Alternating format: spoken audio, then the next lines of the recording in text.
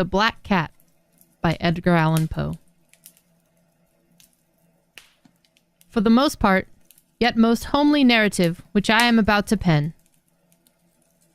I neither expected nor solicit belief. Mad indeed would I be to expect it, in a case where my very senses reject their own evidence. Yet, mad am I not, and very surely do I not dream. But tomorrow I die, and today I would unburden my soul. My immediate purpose is to place before the world, plainly, succinctly, and without comment, a series of mere household events. In their consequences, these events have terrified, have tortured, have destroyed me. Yet I will not attempt to expound them. To me, they have presented little but horror. To many, they will seem less terrible than Baroque's. Hereafter, perhaps, some intellect may be found which will reduce my phantasm to the commonplace. Some intellect more calm, more logical, and far less excitable than my own, which will perceive, in the circumstances I detail with awe, nothing more than an ordinary succession of very natural causes and effects. From my infancy, I was noted for the delicacy and humanity of my disposition. My tenderness of heart was even so conspicuous as to make me the jest of my companions. I was especially fond of animals, and was indulged by my parents with a great variety of pets. With these I spent most of my time, and never was so happy as when feeding and caressing them. This peculiarity of character grew with my growth, and in my manhood, I derived from it one of my principal sources of pleasure. For those who have cherished an affection for a faithful and sagacious dog, I need hardly be at the trouble of explaining the nature of the intensity of the gratification thus derivable. There is something in the unselfish and self-sacrificing love of a brute which goes directly to the heart of him who has a frequent occasion to test the paltry friendship and gossamer fidelity of mere man. I married early, and was happy to find in my wife a disposition not uncongenial with my own.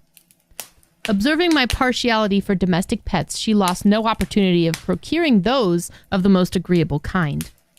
We had birds, goldfish, a fine dog, rabbits, a small monkey, and a cat. This latter was a remarkably large and beautiful animal, entirely black and sagacious to an astonishing degree.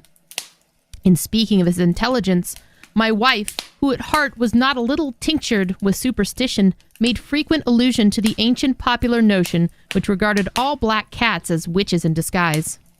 Not that she was ever serious upon this point, and I mention the matter at all for no better reason than it happens, just now, to be remembered. Pluto, this was the cat's name, was my favorite pet and playmate. I alone fed him, and he attended me wherever I went about the house. It was even with difficulty that I could prevent him from following me through the streets. Our friendship lasted, in this manner, for several years, during which my general temperament and character, through the instrumentality of the fiend intemperance, had, I blush to confess it, experienced a radical alteration for the worse. I grew, day by day, more moody, more irritable, more regardless of the feelings of others. I suffered myself to use intemperate language to my wife. At length, I even offered her personal violence. My pets, of course, were made to feel the change in my disposition. I not only neglected them, but ill-used them. For Pluto, however, I still retained sufficient regard to restrain me from maltreating him, as I made no scruple of maltreating the rabbits, the monkey, or even the dog, when by accident or through affection they came in my way. But my disease grew upon me, for what disease is like alcohol? And at length, even Pluto, who was now becoming old and consequently somewhat peevish, even Pluto began to experience the effects of my ill temper.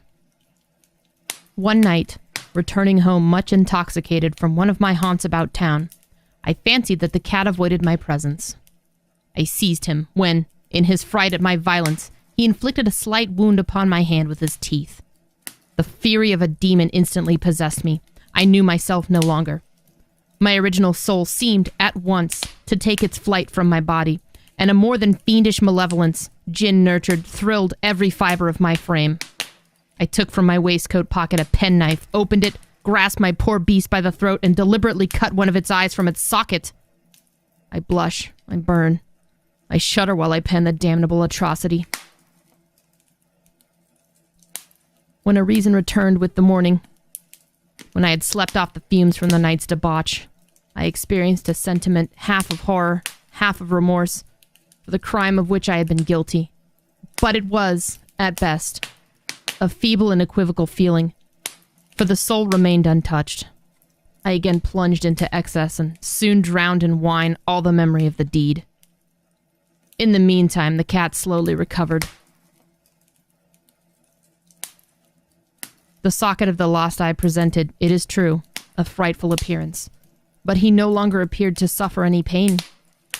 He went about the house as usual, but, as might be expected, fled in extreme terror at my approach. I had so much of my old heart left as to be first grieved by the evident dislike on the part of the creature which had once so loved me. But this feeling soon gave place to irritation, and then came, as if to my final and irrevocable overthrow, the spirit of perverseness. Of this spirit philosophy takes no account, yet I am no more sure that my soul lives than I am that perverseness is one of the primitive impulses of the human heart, one of the indivisible primary faculties or sentiments which give direction to the character of man. Who has not, hundreds of times, found himself committing a vile or silly action for no other reason than because he knows he should not? Have we not a perceptual inclination, in the teeth of our best judgment, to violate that which is law, merely because we understand it to be such? The spirit of perverseness, I say, came to my final overthrow. It was this unfathomable longing of the soul to vex itself, to offer violence of its own nature, to do wrong for the wrong's sake only, that urged me to continue, and finally to consummate the injury I had inflicted upon the unoffending brute. One morning, in cold blood, I slipped a noose about its neck and hung it to the limb of a tree. Hung it with the tears streaming from my eyes and the bitterest remorse at my heart. Hung it because I knew it had loved me, and because I felt it had given me no offense. Hung it because I knew that in doing so I was committing a sin, a deadly sin that would so jeopardize my immortal soul as to place it, if such a thing were possible, even beyond the reach of infinite mercy of the most merciful and most terrible God. On the night of the day on which this cruel deed was done, I was aroused from my sleep by the cry of fire. The curtains of my bed were in flames. The whole house was blazing. It was with great difficulty that my wife, a servant, and myself made our escape from the conflagration. The destruction was complete. My entire worldly wealth was swallowed up, and I resigned myself thenceforward to despair. I am above the weakness of seeking to establish a sequence of cause and effect between the disaster and the atrocity, but I am detailing a chain of facts, and wish not to leave even a possible link imperfect. On the days succeeding the fire, I visited the ruins. The walls, with the one exception, had fallen in. This exception was found in a compartment wall, not very thick, which stood above the middle of the house, and against which had rested the head of my bed. The plastering had here, in great measure, resisted the action of the fire, a fact which I had attributed to its having been recently spread. About this wall a dense crowd were collected, as many persons seemed to be examining a particular portion of it with very minute and eager attention. The words, "strange," "singular," and other similar expressions excited my curiosity. I approached and saw, as if graven in bas relief upon the white surface, the figure of a gigantic cat. The impression was given with an accuracy truly marvelous. There was a rope about the animal's neck. When I first beheld this apparition, for I could scarcely regard it as less, my wonder and terror were extreme. But at length reflection came to my aid. This cat, I remembered, had been hung in a garden adjacent to the house. Upon the alarm of fire, this garden had been immediately filled by the crowd, by some of whom The animal must have been cut from the tree and thrown through an open window into my chamber. This had probably been done with the view of arousing me from sleep. The falling of other walls had compressed the victim from my cruelty into the substance of the freshly spread plaster, the lime of which with the flames and the ammonia from the carcass had then accomplished the portraiture as I saw it. Although I thus readily accounted to my reason, if not altogether to my conscience, for the startling fact just detailed, it did not the less fail to make a deep impression upon my fancy. For months I could not rid myself of the phantasm of the cat, and, during this period, there came back into my spirit a half-sentiment that seemed, but was not, remorse. I went so far as to regret the loss of the animal, and to look about me, among the vile haunts which I now habitually frequented, for another pet of the same species and of somewhat similar appearance, with which to supply its place. One night as I sat, half stupefied, in a den of more than infamy, my attention was suddenly drawn to some black object, reposing upon the head of one of the immense hogsheads of gin, or of rum, which constituted the chief furniture of the apartment. I had been looking steadily at the top of this hogshead for some minutes, and what now caused me surprise was the fact that I had no sooner perceived the object thereupon. I approached it and touched it with my hand. It was a black cat, a very large one, fully as large as Pluto, and closely resembling him in every aspect, but only Pluto had not a white hair upon any portion of his body. But this cat had a large, although indefinite, splotch of white covering nearly the whole region of the breast. Upon my touching him, he immediately arose, purred loudly, rubbed against my hand, and appeared delighted with my notice.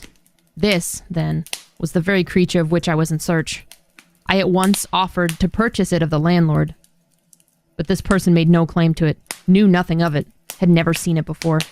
I continued to caress, and when I prepared to go home, the animal evinced a disposition to accompany me. I permitted it to do so, occasionally stooping and patting it as I proceeded. When it reached the house, it domesticated itself at once, and became immediately a great favorite with my wife. For my own part, I soon found a dislike to it arising within me. This was just the reverse of what I had anticipated, but I know not how or why it was. Its evident fondness for myself rather disgusted and annoyed me. By slow degrees, these feelings of disgust and annoyance arose into bitter hatred. I avoided the creature, a certain sense of shame, and the remembrance of my former deed of cruelty, preventing me from physically abusing it. I did not, for some weeks, strike or otherwise violently ill-use it, but gradually, very gradually, I came to look upon it with unutterable loathing, and to flee silently from its odious presence, as from the breath of a pestilence. What added, no doubt, to my hatred of the beast was the discovery, on the morning after I brought it home, that, like Pluto, it had also been deprived of one of its eyes. This circumstance, however, only endeared it to my wife, who, as I have already said, possessed, in a high degree, that humanity of feeling which had once been my distinguishing trait, and the source of many of my simplest and purest pleasures. With my aversion to this cat, however, its partiality for myself seemed to increase. It followed my footsteps with a pertinacity which it would be difficult to make the reader comprehend. Whenever I sat, it would crouch beneath my chair or spring upon my knees, covering me with its loathsome caress. If I rose to walk, it would get between my feet and thus nearly throw me down, or, fastening its long, sharp claws in my dress, clamber in this manner to my breast. At such times, although I longed to destroy it with a blow, I was yet withheld from doing so, partly by a memory of my former crime, but chiefly, let me confess it at once, by absolute dread of this beast. This dread was not exactly a dread of physical evil, and yet I should be at a loss how otherwise to define it.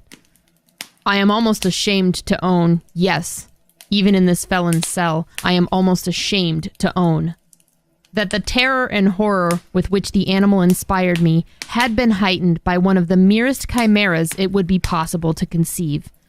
My wife had called my attention more than once to the character of the mark of white hair of which I have spoken, and which constituted the sole visible difference between the strange beast and the one I had destroyed. The reader will remember that this mark, although large, had been originally very indefinite, but, by slow degrees nearly imperceptible, and which for a long time my reason struggled to reject as fanciful, it had, at length, assumed a rigorous distinctness of outline. It was now the representation of an object that I shuddered to name, and for this, above all, I loathed and dreaded, and would have rid myself of the monster had I dared. It was now, I say, the image of a ghastly thing. Of the gallows. Oh, mournful and terrible engine of horror and of crime, of agony and of death.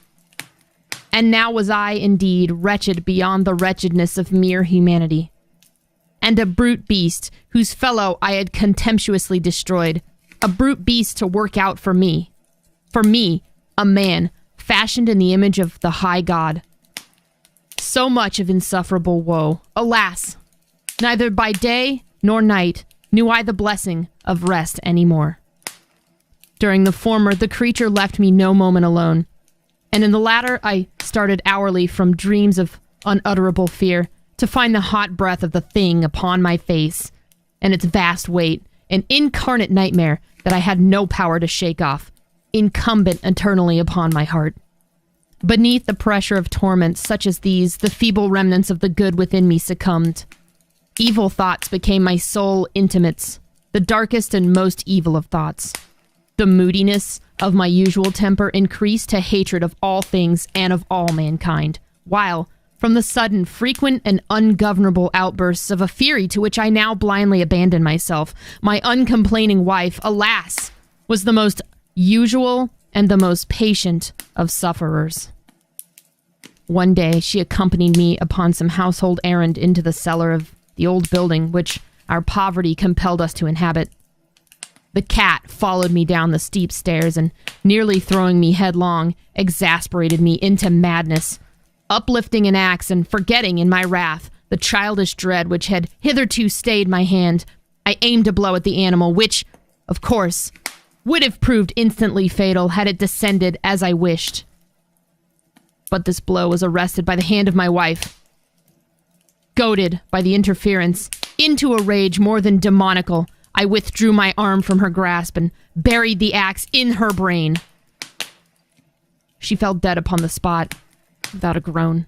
This hideous murder accomplished, I set myself forthwith, and with entire deliberation, to the task of concealing the body. I knew that I could not remove it from the house, either by day or by night, without the risk of being observed by the neighbors. Many projects entered my mind. At one period, I thought of cutting the corpse into minute fragments and destroying them by fire. At another, I resolved to dig a grave for it in the floor of the cellar. Again, I deliberated about casting it into the well within the yard, about packing it in a box, as if merchandise, with the usual arrangements, and so getting a porter to take it from the house. Finally, I hit upon what I considered a far better expedient than either of these. I determined to wall it up in the cellar, as the monks of the Middle Ages are recorded to have walled up their victims. For a purpose such as this, the cellar was well adapted. Its walls were loosely constructed, and had lately been plastered throughout with a rough plaster, which the dampness of the atmosphere had prevented from hardening.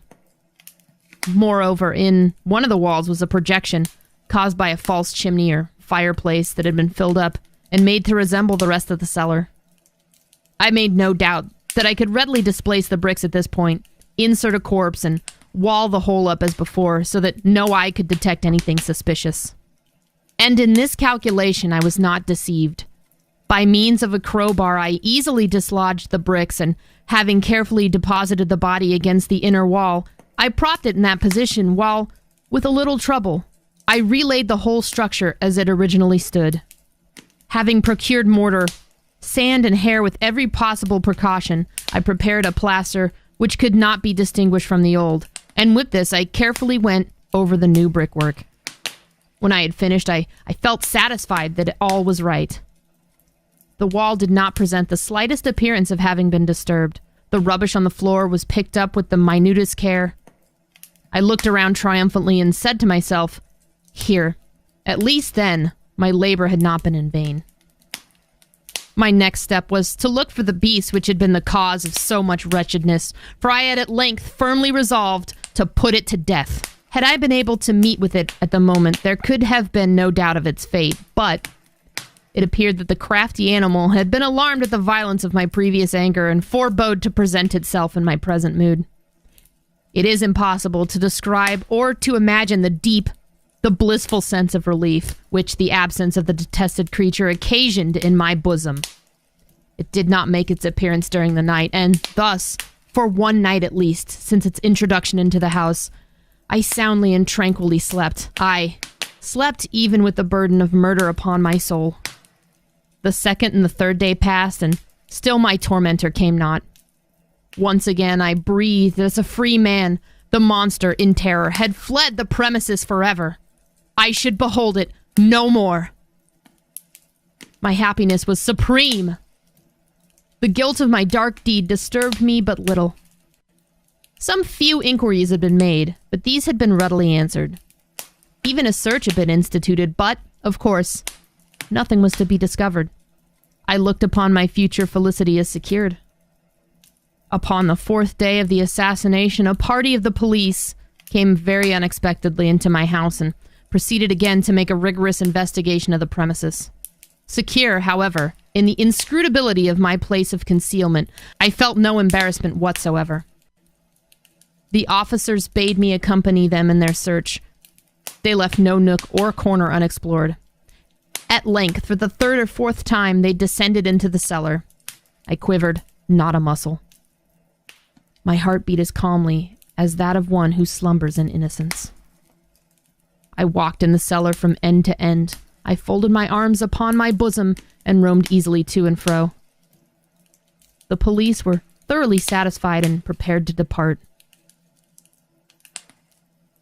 The glee at my heart was too strong to be restrained. I burnt to say but one word, by way of triumph, and to render doubly sure their assurance of my guiltlessness. "Gentlemen," I said at last, as the party ascended the steps, "I delight to have allayed your suspicions. I wish you all health and a little more courtesy. By the by, gentlemen, this is a very well-constructed house." In the rabid desire to say something easily, I scarcely knew what I uttered at all. "I may say an excellently well-constructed house. These walls... Are you going, gentlemen? These walls are solidly put together." And here, through the mere frenzy of bravado, I rapped heavily, with a cane which I held in my hand, upon that very portion of the brickwork behind which stood the corpse of the wife of my bosom. But may God shield and deliver me from the fangs of the archfiend. No sooner had the reverberation of my blows sunk into silence than I was answered by a voice from within the tomb. By a cry, at first muffled and broken, like the sobbing of a child, and then quickly swelling into one long, loud and continuous scream. Utterly anomalous and inhuman. A howl. A wailing shriek. Half of horror and half of triumph. Such as might have arisen only out of hell, conjointly from the throats of the damned in their agony, and of the demons that exult in their damnation. Of my own thoughts it is folly to speak. Swooning, I staggered to the opposite wall. For an instant, the party upon the stairs remained motionless, through extremity of terror and of awe. In the next, a dozen or stout arms were toiling at the wall. It fell bodily. The corpse, already getting decayed and clotted with gore, stood erect before the eyes of the spectators. Upon its head, with red, extended mouth and solitary eye of fire, sat a hideous beast whose craft had seduced me into murder and whose informing voice had consigned me to the hangman. I had walled up the monster within the tomb.